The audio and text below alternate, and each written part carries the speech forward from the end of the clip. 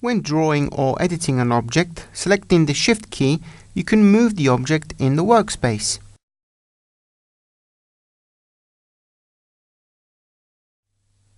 If you have made a multiple selection, with the Shift key pressed, you can also add or remove items to the current selection.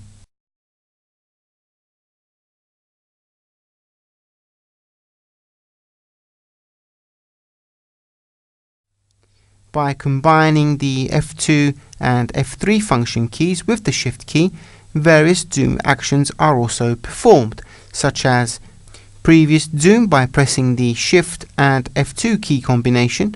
This returns you to the previous view scene.